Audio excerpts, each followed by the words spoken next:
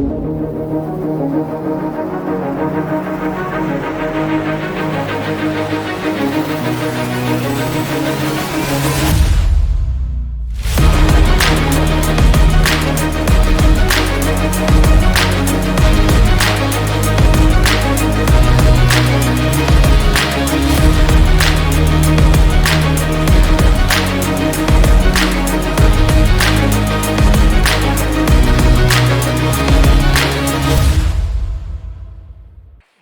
tout le monde, c'est un plaisir d'être ici pour présenter la conférence et discuter avec nos doubleurs que je vais appeler ici maintenant. J'espère que vous allez bien et que vous allez être chaud avec nous.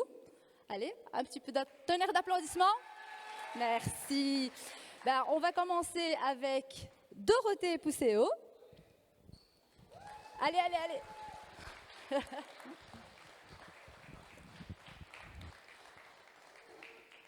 Encore une fois pour Dorothée. Yeah. Super.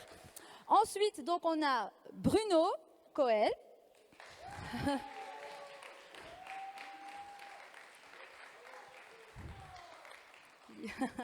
Et bien sûr, Arthur Pestel.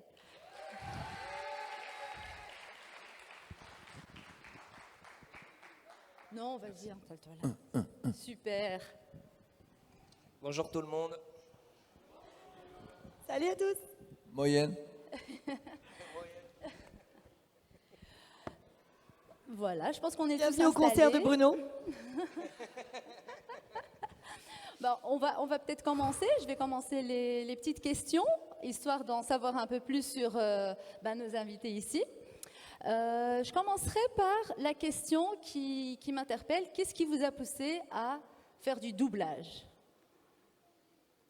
Qui commence ? Allez. Ok, bon, je commence.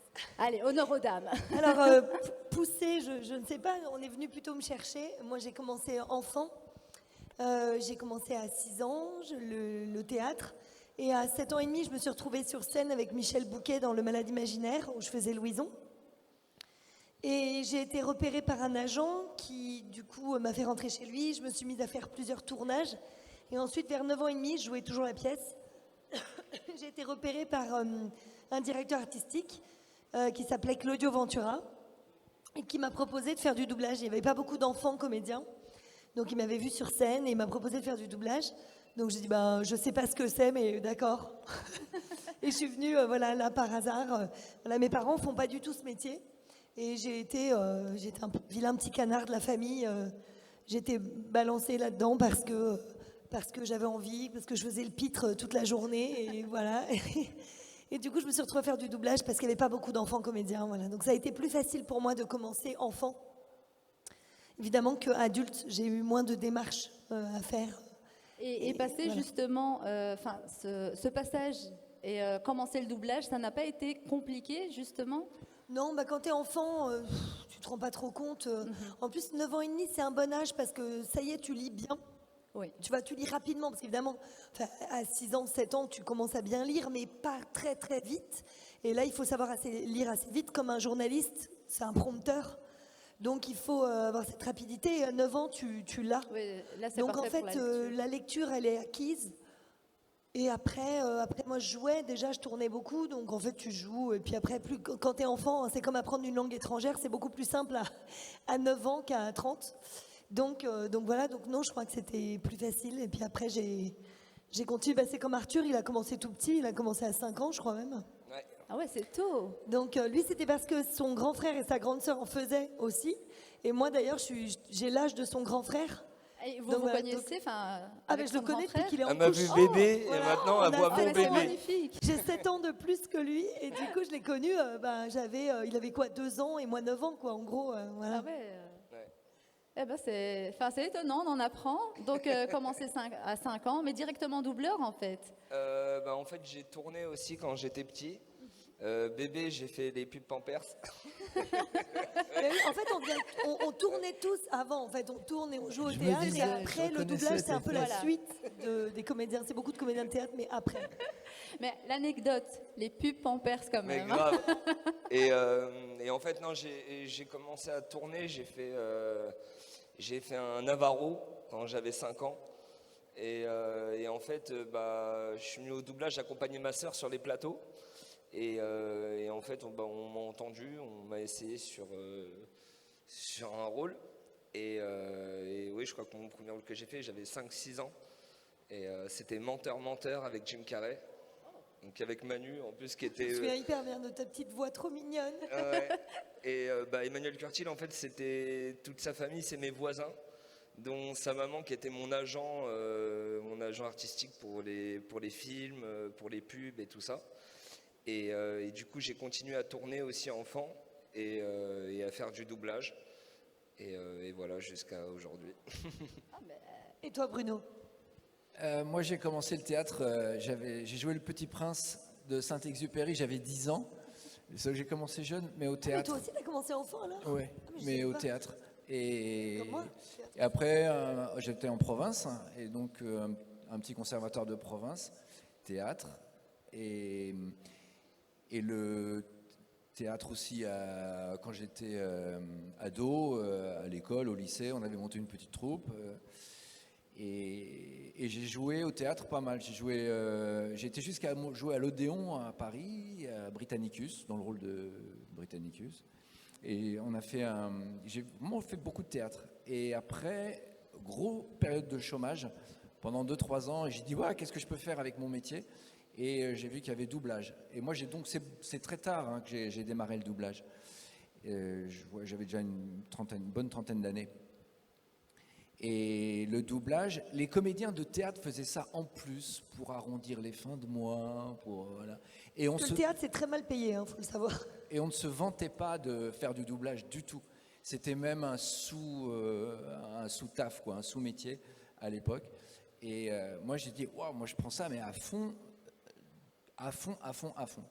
Donc j'allais à tous les castings, j'étais à fond dedans et j'étais très très content d'en faire. Et du coup, après, j'ai fait des castings et j'ai eu la chance de doubler, d'attraper des bons acteurs qui ont fait des grandes carrières, comme je cite Johnny Depp et Ewan McGregor. Voilà. C'est trop beau. Non, mais c'est impressionnant votre parcours quand même. Et en fait, c'était une autre question parce que justement, le doublage, c'est quand même un job assez difficile, je trouve. Et je ne sais pas pour vous, si on compare le doublage et l'acting, les liens, est-ce que c'était plus facile ou plus difficile de doubler ou de jouer un rôle directement? C'est complètement différent en fait. C'est vraiment... non, c'est pareil. En fait, ils vont avoir des difficultés. En fait, c'est pareil, c'est-à-dire que c'est le même exercice en termes de jeu, mais les difficultés vont être placées ailleurs. C'est-à-dire que sur le tournage, là, moi, je rentre d'un tournage il y a 3 jours. C'est des longues journées. Alors là, c'était des journées mixtes, ce qu'on appelle. Donc, on commençait tard, on commençait à 11h30 le matin, mais on finissait à 1h du matin. Donc, c'est 11h30, 1h. Et c'est des journées un peu fatigantes. Et puis, on a une partie de nuit, une partie de jour. Et c'est beaucoup d'attentes. Dès qu'on change la lumière, c'est très long, donc on attend beaucoup.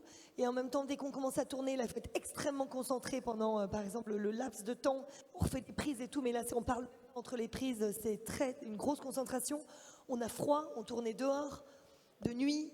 Ça va être des contraintes un petit peu plus, de redondance, de concentration, de rythme, d'attente, de froid, il racontait DiCaprio quand ils ont tourné le Titanic, c'était l'enfer. Ils passaient leur journée dans l'eau. Non, mais c'est clair, là. Tellement ils étaient dans l'eau tout le temps. Et en fait, c'est crevant. Il y a des trucs on ne dirait pas, on a l'impression que c'est simple, mais c'est très long et c'est franchement fatigant.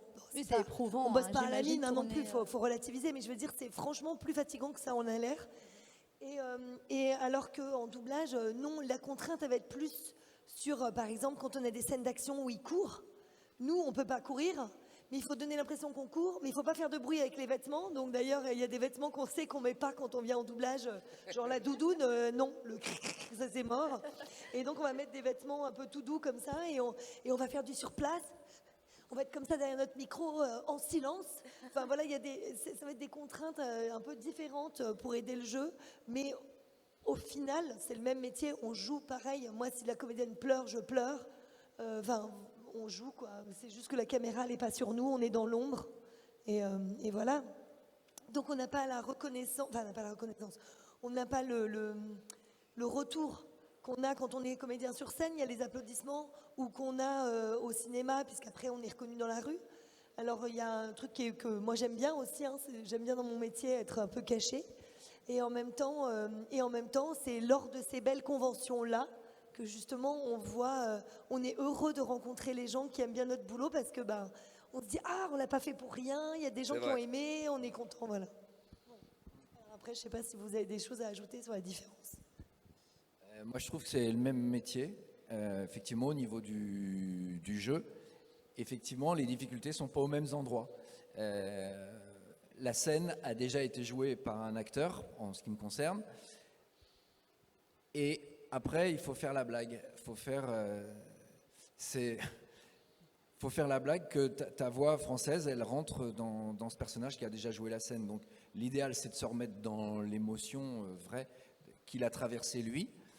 Et après, il faut tirer sur une sorte de mimétisme. Faut essayer d'aller chercher des éléments pour que ça fasse la blague, quoi. C'est assez étonnant. Le fait aussi, c'est qu'on joue vraiment et on joue masqué. C'est-à-dire c'est comme qu'au théâtre, quand on fait de la commedia dell'arte avec un masque ou un demi-masque.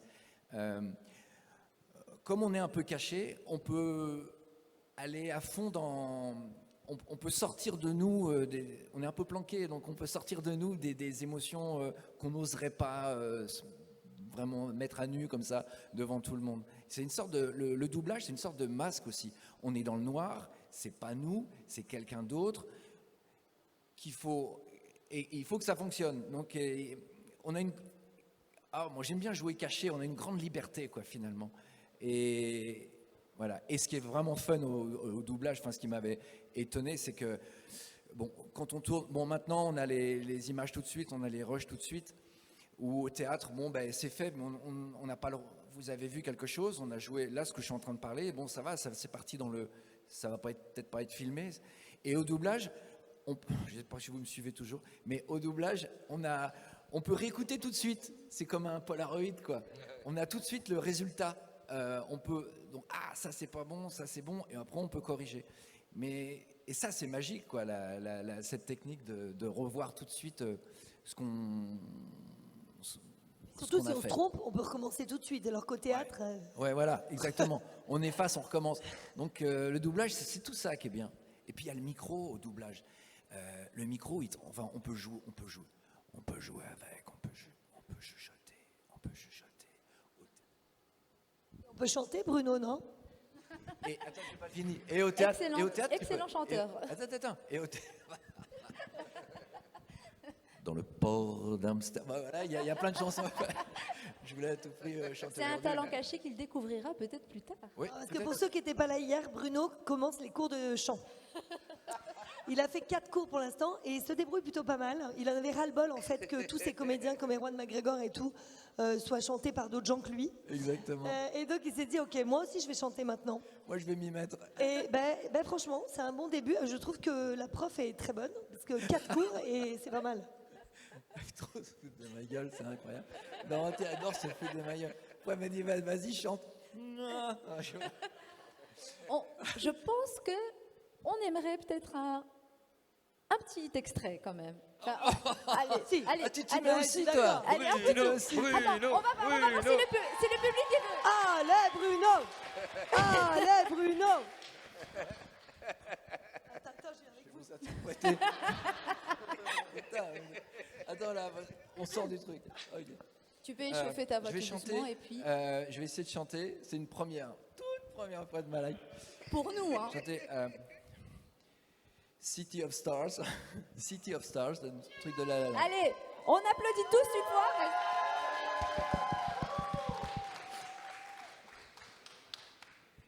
City of stars, are you shining just for me? City of stars, there's so much that I can't see. Who knows? I felt it from the first embrace I shared with you. That now our dreams may finally come true.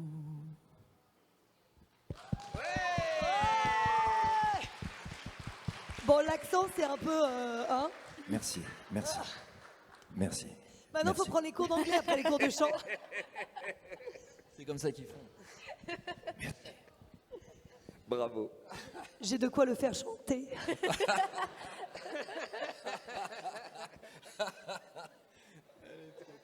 On se connaît depuis 25 ans, donc...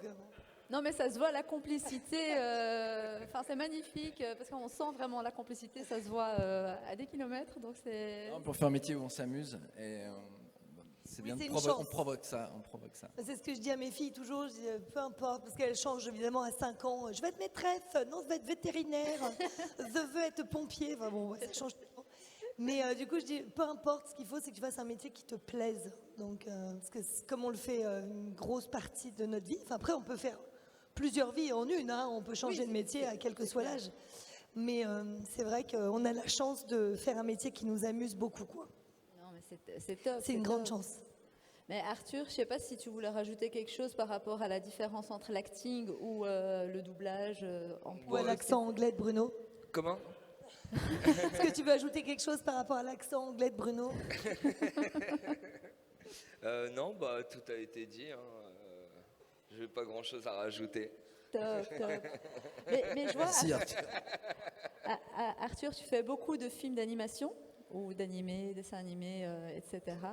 Quel est le rôle, enfin, quel est le personnage que tu as doublé qui t'a marqué le plus, enfin, ou que tu as vraiment préféré jouer? Pampers. Pampers.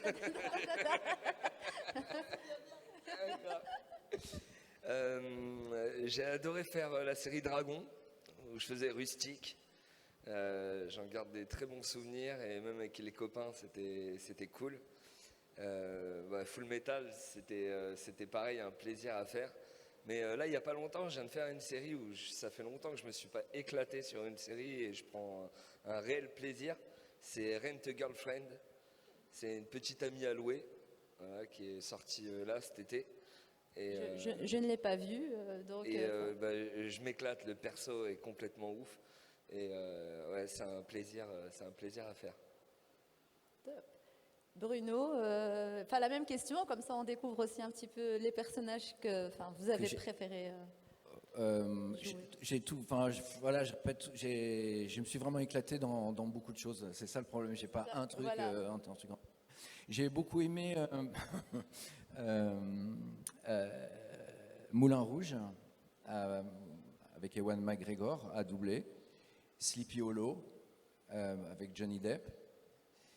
Et en fait, c'était tout au début que je les rencontrais, et que je les doublais. Et j'ai vraiment kiffé, quoi, vraiment kiffé tous ces moments de rencontre. Voilà, sinon j'aime, voilà. Mark Wahlberg, j'aime bien doubler Mark Wahlberg. Il est drôle, il est spontané, il est simple. J'aime bien. Et il est très beau tout nu.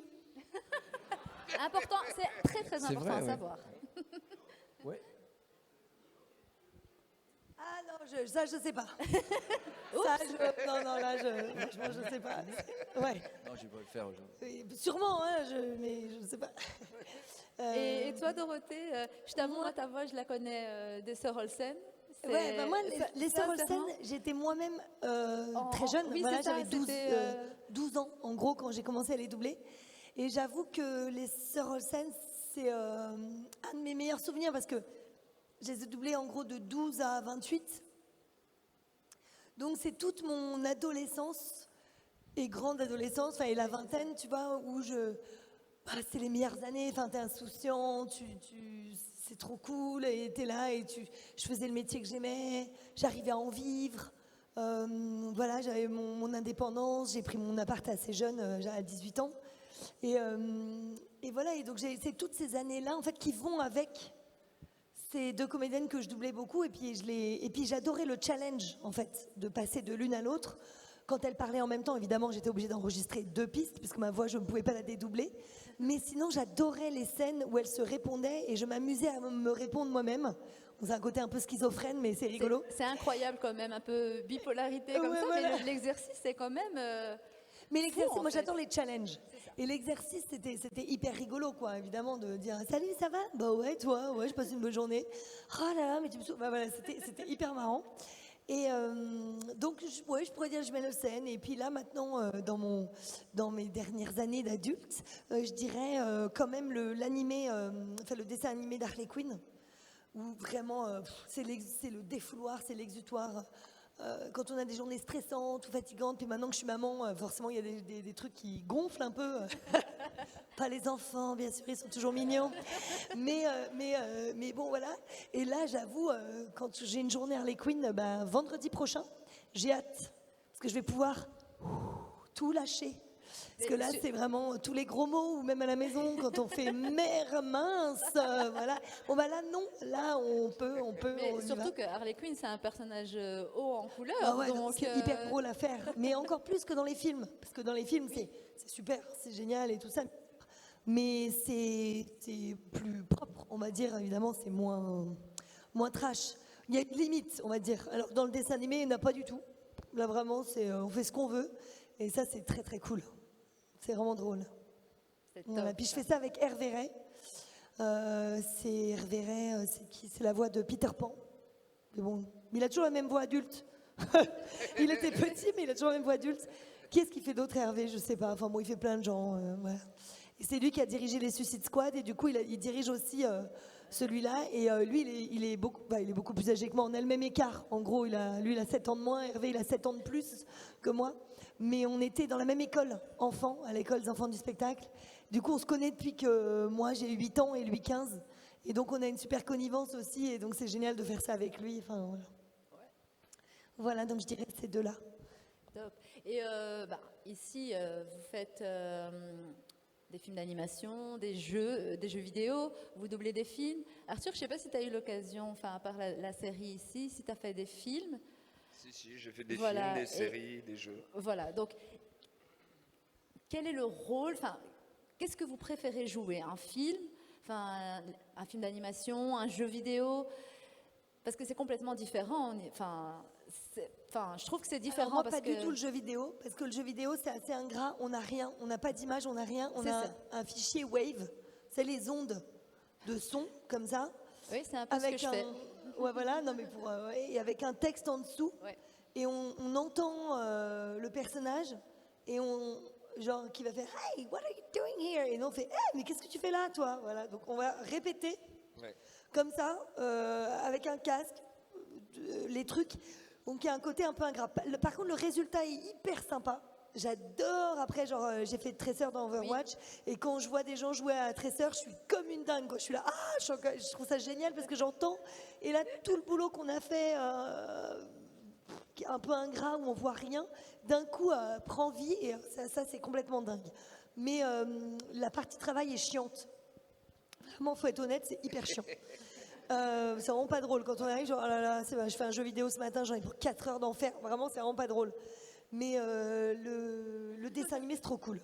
Voilà, moi j'adore les dessins animés. Juste une petite parenthèse pour montrer que c'est chiant, c'est que il y a aussi toutes les possibilités que le joueur va faire, mais nous on s'est reconcentré, Oui. c'est-à-dire je vais tout droit, je tourne à droite, je tourne à gauche, je recule, et à chaque fois toutes les positions, il faut faire tout dans l'espace. Et encore, toi, t'es un mec, parce que les filles, souvent, elles crient beaucoup. Crient beaucoup. Et du coup, moi, parfois, là, maintenant, je disais, attendez, Un petit quand on m'appelait pour un jeu petit vidéo, je extrait de- faisais, elle va crier beaucoup ou pas? Genre, parce que parfois, il n'y a que des cris, quoi. Tu viens et... Comme ça, elle m'appelle, lui, elle se fait poursuivre, tuer, égorger. Médic, grenade. Ouais, c'est ça, ça gueule beaucoup. Donc c'est un peu, t'as l'impression que tu viens juste crier en fait toute la matinée. Artistiquement, c'est un petit peu ingrat, quoi. Et alors qu'en dessin animé, ce qui est assez cool, c'est que moi, je vois pour les mondes de Ralph, par exemple, on m'a dit, t'écoutes même pas l'anglais, tu fais ce que tu veux. Donc j'ai créé mon perso toute seule, Ah, et mais ça, avec c'est l'aide du magnifique. dessin. Et en fait, ça c'est hyper cool parce qu'on a une grosse liberté qu'on a moins quand on double quand je double Margot Robbie, je respecte son travail, enfin j'essaie en tout cas, et donc je suis à son service à elle. Mais je peux pas proposer vraiment ce que moi j'aurais voulu m'amuser à faire. Je suis obligée de faire ce qu'elle fait, ce qui est normal. Oui, pour que ça, On ça, est, faut voilà. que ça colle Donc on au a moins de personnage, en liberté fait. artistique. Voilà, en dessin animé, on a plus de liberté puisque bon, c'est le dessin qui est le chef et pas trop l'anglais. Voilà. Et après, évidemment, quand on tourne nous-mêmes, là, on a une totale liberté parce que c'est nous qui créons le personnage. Donc, c'est quand même un peu l'essence de notre métier de comédien, c'est de pouvoir créer soi-même le personnage. Donc, c'est vrai qu'en doublage, c'est super, mais on est plus au service de quelqu'un que notre propre création. Voilà. Mais bon, moi, ce que j'aime, c'est la diversité et changer tous les jours de projets. Arthur, peut-être Mais après, je vais vous demander des petits moments clés. J'ai envie d'entendre des différents personnages ici. Ouais, bah, comme disaient mes collègues, du coup, ouais, le jeu vidéo c'est différent d'un dessin animé ou d'une série où on doit jouer, c'est sûr que ça change beaucoup. Après, moi, je reprends aussi Dorothée, et j'avoue que j'aime bien les créations. Donc, on a la chance, avec les créations de dessins animés français, de pouvoir pas forcément jouer sur une image ou lire une bande rythmo, de lire sur script et de pouvoir proposer ce qu'on a envie pour ne pas respecter l'image, et après c'est fait par rapport à notre voix. Ça, c'est un truc moi que j'aime Oui, parce que beaucoup. les dessins animés français, on fait les voix et après, ils dessinent en fonction de nous. Donc ça, c'est vraiment le pied absolu, parce que du coup, Ouais. on inspire. Oui, vous donnez vie vraiment. Enfin, allez, c'est votre. Ils viennent même c'est vraiment filmer votre notre essence visage. 100% en fait. Parfois, ils viennent même filmer. Moi, j'ai eu ça sur Lulu Vroumette. Ils étaient venus filmer notre visage. Et t'étais dessus toi aussi, Lulu Vroumette, Ouais. je crois. Et ils venaient filmer notre visage. Et donc après, quand ils dessinaient, si on avait fait quoi comme ça, ils mettaient un peu la même expression sur le Ah, tu personnage. l'as fait, je me Ouais, suis c'est cru dans le génial. dessin animé là. Non, mais c'est excellent. Mais moi, j'aimerais bien entendre une réplique phare d'un des jeux vidéo que vous avez doublé. Parce D'un que jeu vidéo. Ouais, c'est marrant les jeux Putain, vidéo. je sais pas si j'ai retenu des trucs de jeux vidéo. Allez, Hey, Se sou- la cavalerie est arrivée. Bisous, mon chou. Merde, merde, merde, merde, merde, merde, merde, merde. Attention, ça va péter. Et ouais, je me souviens avoir fait un jeu vidéo avec la présence des Japonais qui étaient venus écouter le doublage. Et ils étaient un peu à la japonaise, quoi, très stricts, assis sur des chaises comme ça. Et j'étais dans un studio où il y avait une glace et ils étaient très proches. Et moi, j'étais avec mon micro comme ça, de l'autre côté, on était face à face. Ok, et vas-y, joue. Et il y avait des didascalies, c'est-à-dire comment dire la réplique. Et il y avait H-A-A-A-A, et entre parenthèses, meurt avec une flèche. Alors je fais mon meurt avec une flèche. Ça passait. Et en dessous, il y avait A-A-A-H-A-A-A, entre parenthèses, meurt avec 2 flèches. Et c'était... Alors j'ai dit... Ok, ça passait. H-A-A-A-A meurt avec 3 flèches. Et il y avait 15 flèches. Oh, putain. Je faisais style arrivé à la 14e, je faisais... Et voilà, c'est ça, des fois, le boulot de jeu vidéo, c'est terrible. C'est terrible. Et encore, tu avais écrit meurt. Parfois, il y a ah. Et puis, tu fais. C'est elle qui a mal ou elle combat? Je ne sais pas si c'est elle qui va, genre ah, ou alors ah. Voilà, bon. Ouais, soit tu donnes, c'est ça, soit tu donnes un coup, ou soit tu reçois un coup. Mais c'est écrit pareil. c'est vrai que les indications doivent être complètes en fait pour pouvoir bien le jouer. Donc j'imagine. Souvent, ça arrive que dans des jeux vidéo, quand on fait des jeux, on fait plein de personnages aussi en même temps. Je sais pas si vous c'est pareil. Moi, dans Dying Light, là, le dernier là qu'ils ont sorti, j'ai dû faire au moins 10 persos différents. Et tu les doubles, tous en même temps, je veux dire, ou Ouais, alors tu doubles après, un. chacun leur tour. Mais au bout d'un moment, de trouver plein d'autres voix pour 10 voix différentes, ça devient un peu compliqué des fois. Ouais. C'est ça. C'est un petit peu en mode, bon, je dois m'inventer encore un nouveau perso. Bah ouais, c'est ça, on s'invente d'autres persos, on écoute un peu la voix et on se dit, bon, bah je vais le faire comme ça. Même des fois, si ça ressemble pas à l'identique en anglais, mais ouais, on essaie de donner autre chose, quoi.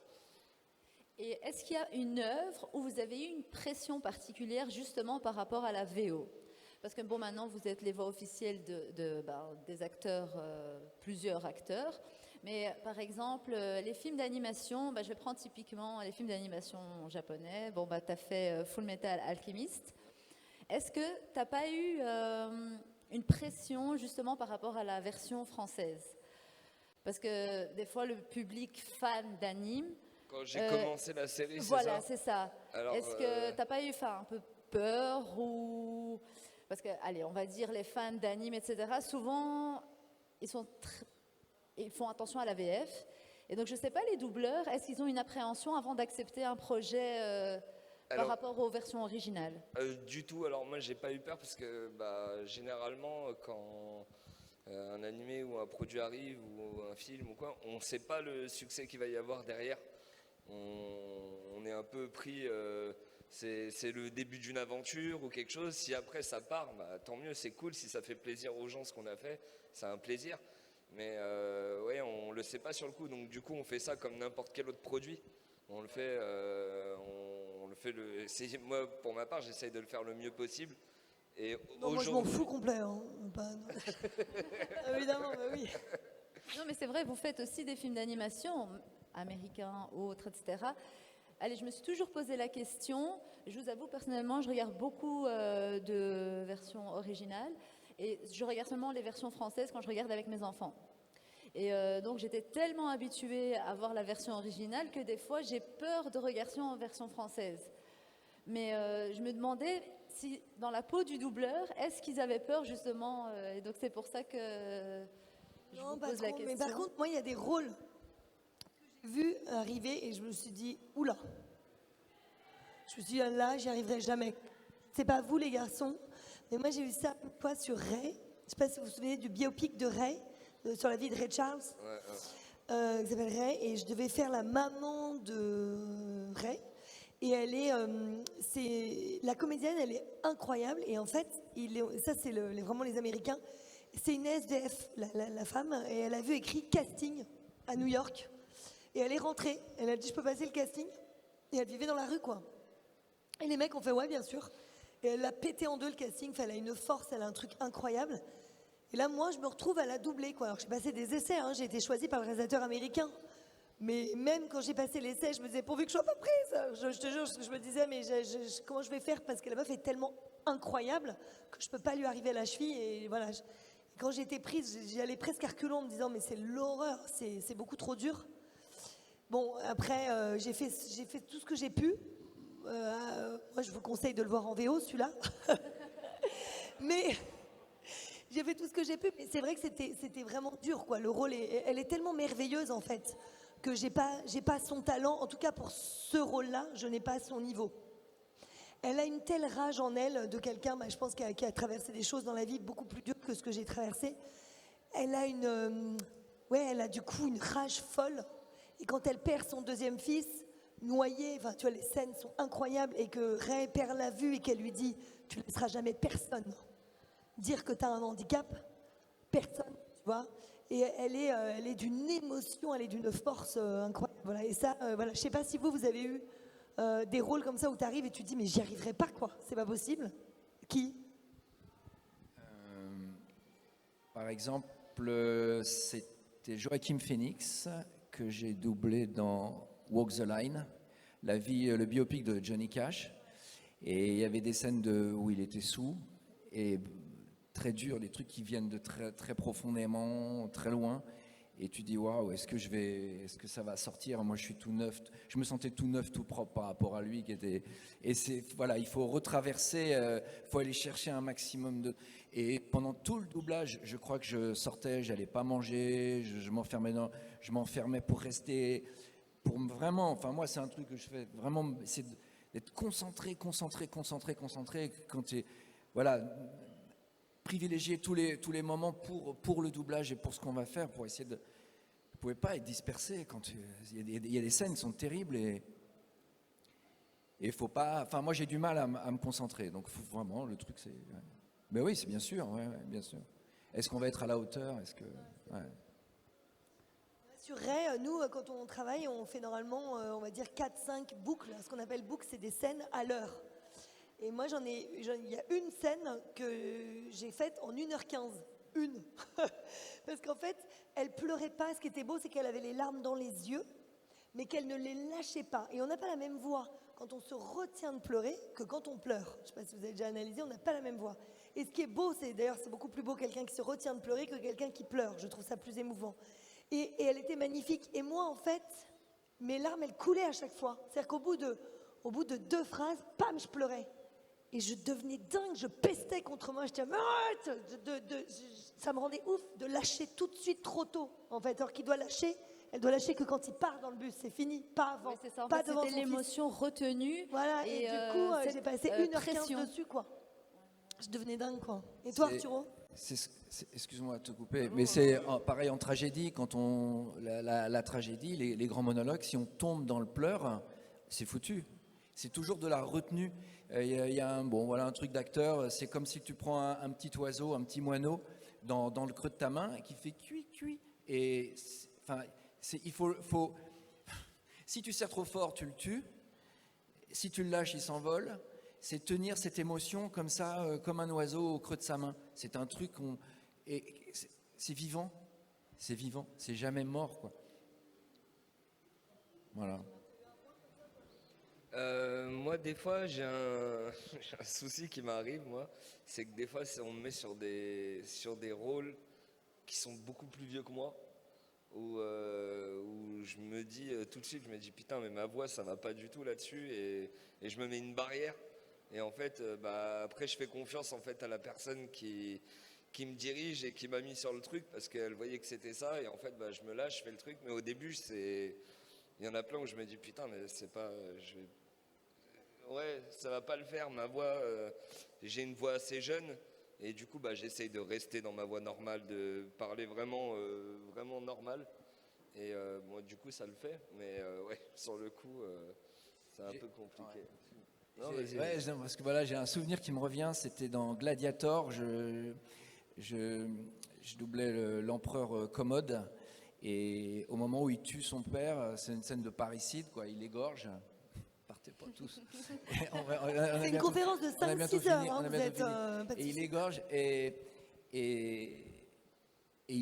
c'est pareil, on ne doit pas être dans le pleur, on doit être dans la... putain, mais c'est archi dramatique, mais il ne faut pas pleurer. Et j'ai fait une scène où vraiment je me suis lâché, j'étais bien dedans, j'ai pleuré, et au final, le gars me dit, l'ingénieur du son me dit, on n'a rien compris, Bruno, faut que tu refasses. Je dis putain. Et après, alors, voilà, c'est là où l'acteur arrive. Est-ce que c'est que tout en jouant, avoir quand même une maîtrise de ce que vous écoutez, quoi, être sur cette bascule, sur cette corde sensible. Ouais, ça c'est génial.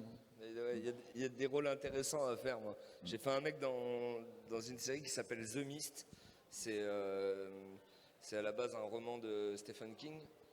Et dedans, je fais un mec, c'est un psychopathe. Mais en vérité, il est gentil et devant tout le monde, il est mignon. Et il y a juste des fois sur des fins de phrases ou sur des trucs qu'on ressent il y a un truc qui va pas. Et ça, c'est hyper intéressant à faire. C'est le genre de rôle que j'adore. Et ça, même quand on le lit, justement, en plus, ce genre de roman, etc., c'est chargé parce que justement, comme tu dis, c'est des tournures de phrases, il ne faut pas tout donner en fait. Et comme tu dis, cette double face, en fait, je suis gentille, mais... Il ne faut pas trop le montrer parce que sinon voilà, il faut garder on dévoile le ce qui va se passer après. Il faut garder le suspense, tenir. Et c'est ça, incroyable. c'est intéressant, c'est un kiff à faire. Non, franchement, c'est incroyable. Moi, je suis en admiration devant... surtout, faire transmettre les émotions, je trouve ça, c'est un travail de fou, en fait. C'est incroyable. Je ne sais pas ce que vous pensez, si je ne donnerais pas peut-être la parole à... Allez, peut-être une question du public. quand même, ce serait intéressant. Je ne sais pas s'il y a un micro quelque part, ou alors moi je donne mon micro, on peut essayer. Ne soyez pas timides. J'ai posé plein de questions. Je ne sais pas si vous avez des rôles que vous avez adorés et que vous souhaitez demander. Peut-être lever la main, j'essaie de voir là.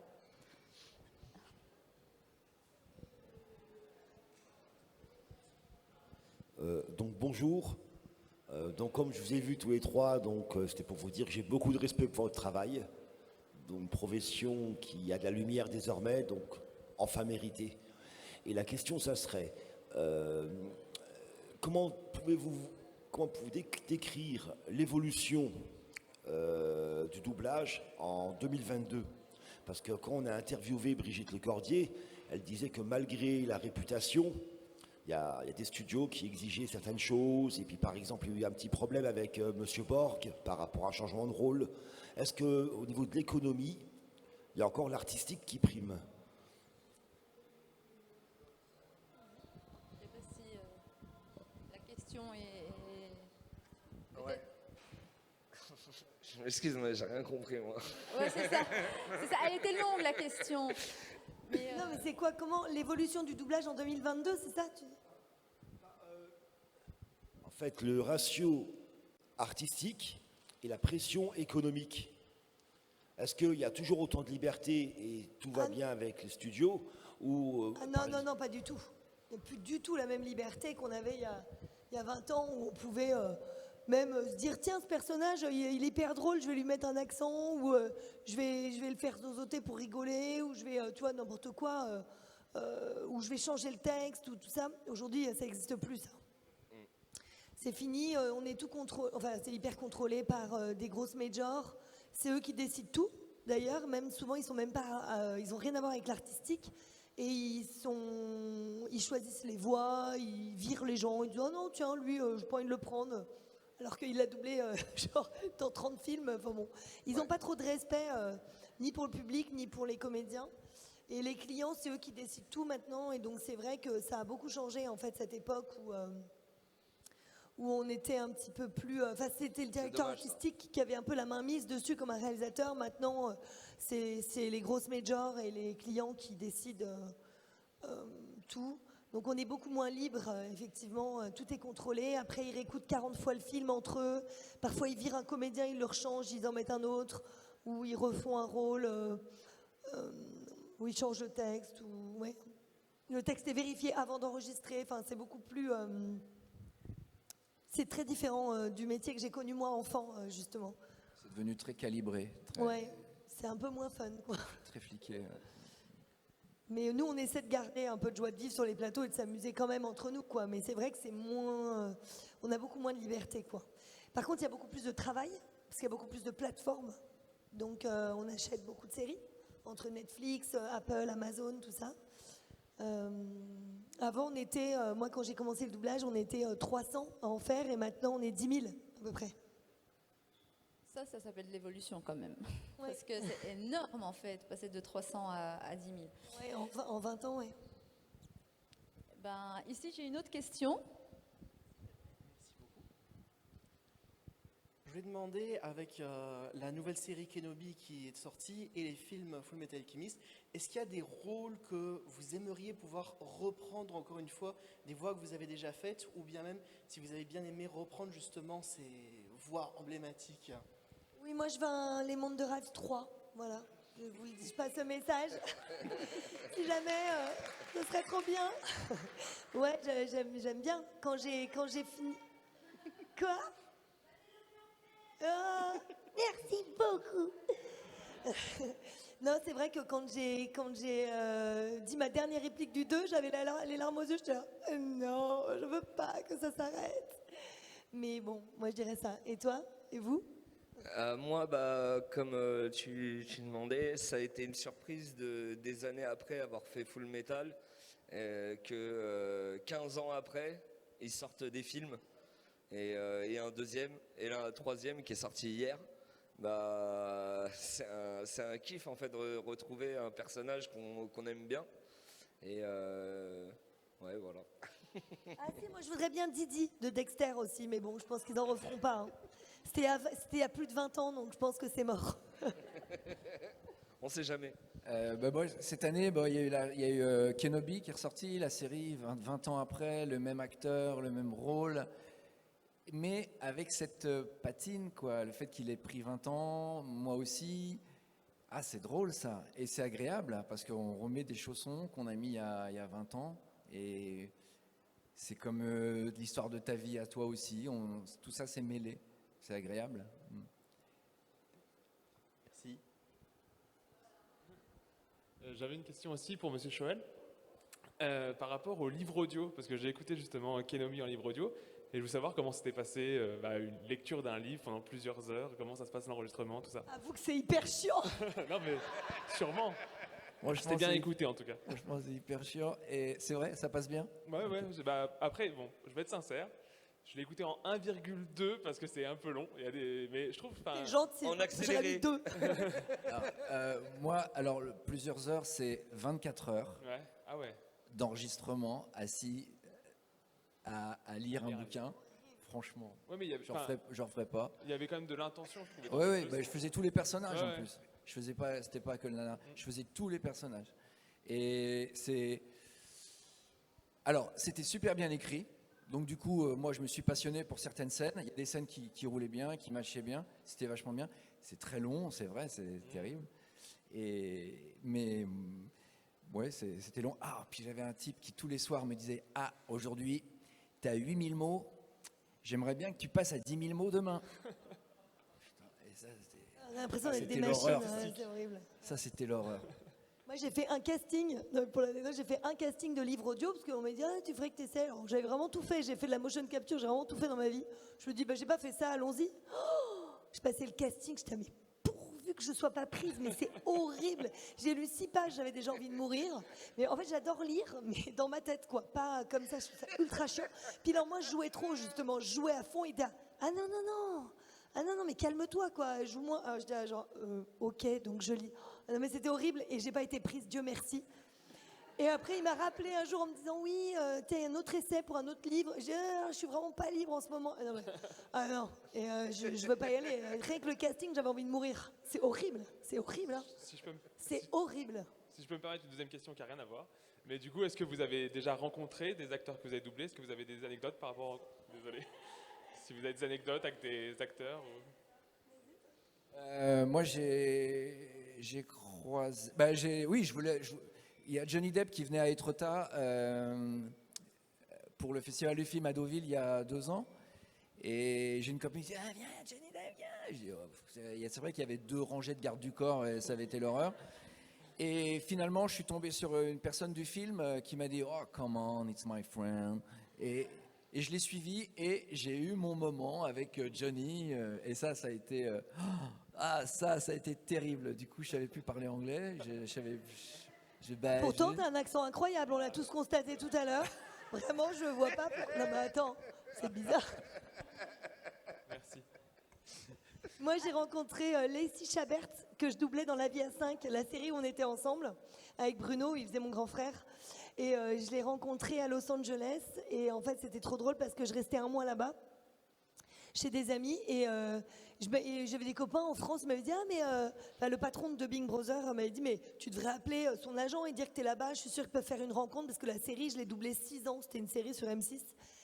Et enfin, on l'a doublée 6 ou 7 ans. C'était hyper long. Et je dis bon, mais ils s'en foutent. Donc j'ai appelé l'agent, que j'ai trouvé sur le bottin, genre sur Internet, quoi. Et j'ai laissé un message et je dis voilà, bonjour, je m'appelle Dorothée Pousseau. Et le mec, l'agent me fait ah, mais vous êtes la voix française de Lacey? Voilà, les bras me tombaient, je fais oui. J'hallucinais qu'ils me connaissent, quoi. Donc les mecs sont un peu investis, quoi. C'est pas des Français. Et là, j'ai dit, je suis là 1 mois. Si jamais j'avais pu la rencontrer, ça m'aurait fait plaisir. Et en fait, 15 jours se passent, pas de nouvelles. Je me dis, bon, voilà, ils s'en foutent, quoi. C'est normal, bon. Et à un moment donné, il m'appelle. En plus, j'étais genre à 4 jours de rentrer en France. Et il m'appelle et il me dit, venez sur le plateau demain si vous êtes libre et tout. Je fais OK et tout. J'y vais avec Fabrice Trojani, un copain à nous qui était avec moi en vacances. Et un copain qui fait du doublage aussi parce que j'avais pas de voiture. Et ils m'emmènent tous les deux et on rentre au Columbia, dans les studios Columbia à Los Angeles avec nos passeports et tout. C'est hyper fermé. Et puis voilà, et elle était en train de tourner, je l'ai vu finir la scène. Et après, ils avaient fait dans le planning un trou d'1 heure pour elle, pour qu'elle ait 1 heure avec moi. Genre, ils avaient organisé le truc. Et elle était encore plus excitée de me voir que moi. Et elle avait fait venir sa mère qui nous avait pris en photo. Et non, mais truc de fou. Et on est resté en contact. On s'est appelé. Elle habitait chez ses parents. Moi, j'avais genre 17, 18 ans. 18, j'avais mon appart. Mais elle habitait chez ses parents et on s'appelait. Genre bonne année, machin et tout ça. Et là, on s'est reparlé il y a une semaine sur Instagram. La meuf, elle a 1 million d'abonnés. Je me suis dit, elle verra jamais mon mot. Si, elle m'a répondu, elle fait oh my god et tout. Enfin bon, hyper sympa. Et puis elle me souvenait très bien de moi et je continue à la doubler. Enfin, il y a une autre comédienne qui la double aussi de temps en temps. Enfin, on se la partage un peu. TF1, c'est jamais moi, ils m'aiment pas TF1. M6, c'est toujours moi, ils m'aiment beaucoup. Bon. Voilà. Et en fait, et du coup, c'est la seule que j'ai rencontrée pour l'instant. Si j'avais rencontré une fille d'amour, gloire et beauté, mais bon, c'est moins. Voilà. Et par contre, j'ai pas le droit de dire qui, mais je rencontre une grosse comédienne que je double au Paris Manga le 3 et 4 décembre. Voilà. Donc j'ai hâte. J'ai pas le droit de dire qui. Mais bon, voilà. Mais j'ai hâte. Une comédienne américaine qui vient en France pour le Paris Manga faire des autographes. Et moi, j'y vais aussi en invité. Et du coup, ils veulent organiser un moment, rencontre. Voilà. Non, moi, j'ai jamais rencontré personne. À part les créateurs de manga que j'ai déjà fait, dont Full Metal. J'avais fait un spectacle à Bercy, au Zénith, où on doublait en direct. Il y avait les acteurs, et comédiens de One Piece, de Full Metal, et un autre animé, je me souviens plus. On avait joué à Rome aussi. C'est un très bon souvenir, c'était cool. Mais sinon, en acteur, non, j'ai jamais rencontré personne. Matthew McConaughey, j'ai rencontré à une avant-première à Paris. Ouais, c'était sympa. Il est beau lui aussi. En fait, tu doubles que les beaux gosses, non? Ouais. C'est un truc de fou quand même. Je confirme. C'est vrai, c'est vrai. Qu'est-ce que t'en penses, Amandine? Comment afficher Foutre sa merde. Voilà. Hello, bonjour tout le monde. Salut. Je voulais déjà en premier dire que voilà, très grande fan de tout votre travail. Étant donné ici au Luxembourg qu'on parle tous beaucoup de langues et qu'on a la chance du coup de voir beaucoup de contenu dans différentes langues et possibles, je voulais quand même dire que tout à l'heure vous avez dit que c'était difficile et tout, que vous saviez pas si vous aviez la voix qui allait, etc. Pour avoir vu beaucoup de contenu dans plein de langues, je vais dire quand même que les doublings français sont quand même vraiment bons.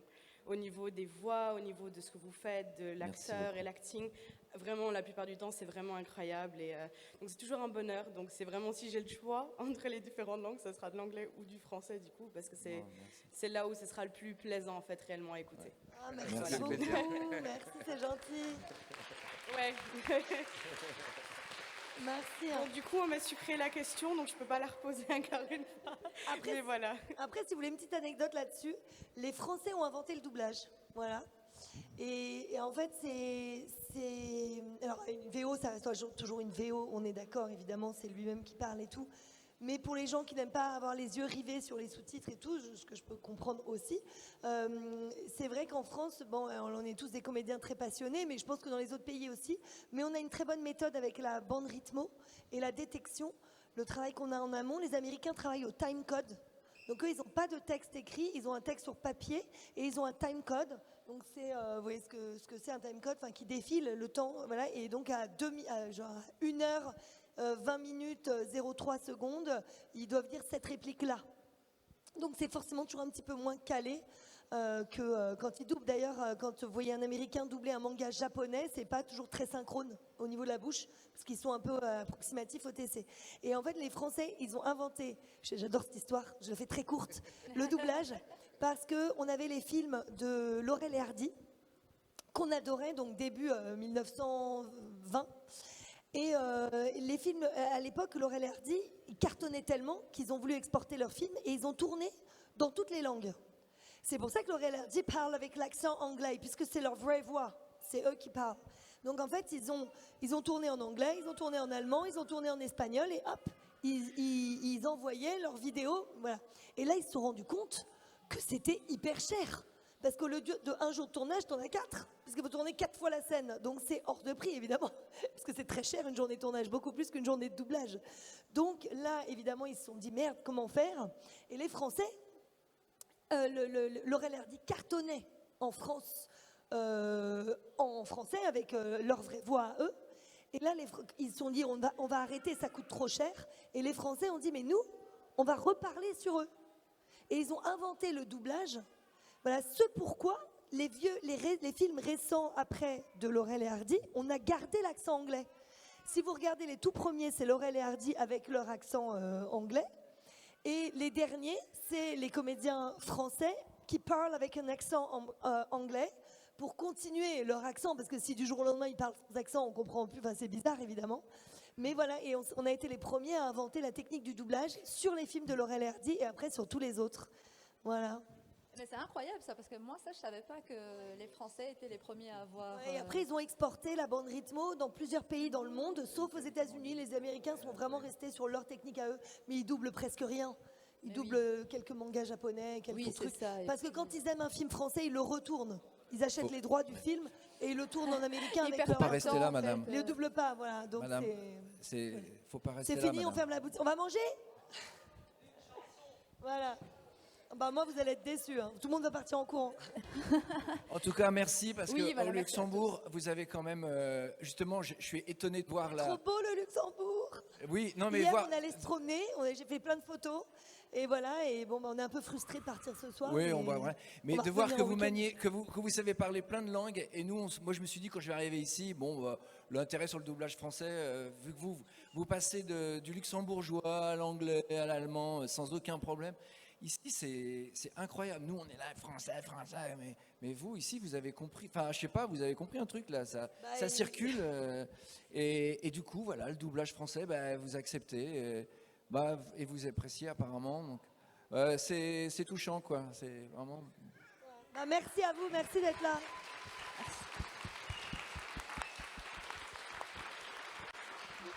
Merci beaucoup. Merci à Dorothée, Bruno Merci à vous. et Arthur, vraiment du bon travail. Franchement, c'est top et vous êtes juste merveilleux. Franchement, pour la Merci. première fois que je les rencontre, vous êtes trop sympa en fait. Et, Toi aussi, hein. Toi aussi, hein. Merci d'avoir animé. Mais moi, je suis pas une star, donc. Si, moi j'ai ton Non, mais- autographe. J'ai eu ton Voilà. autographe aussi. Non, mais ça fait plaisir de vous avoir rencontré et merci. Ouais, merci à vous tous d'être venus et bon appétit. On peut se retrouver cet après-midi dans la grande salle. Et concert à 19h avec moi. Voilà. Pour les privilégiés. La meilleure annonce de la journée. C'est ça. Voilà, ici il y aura juste une petite pause d'une demi-heure et ensuite il y aura donc démonstration d'aïkido. Donc j'espère que vous serez tout plein ici pour la démonstration. Salut!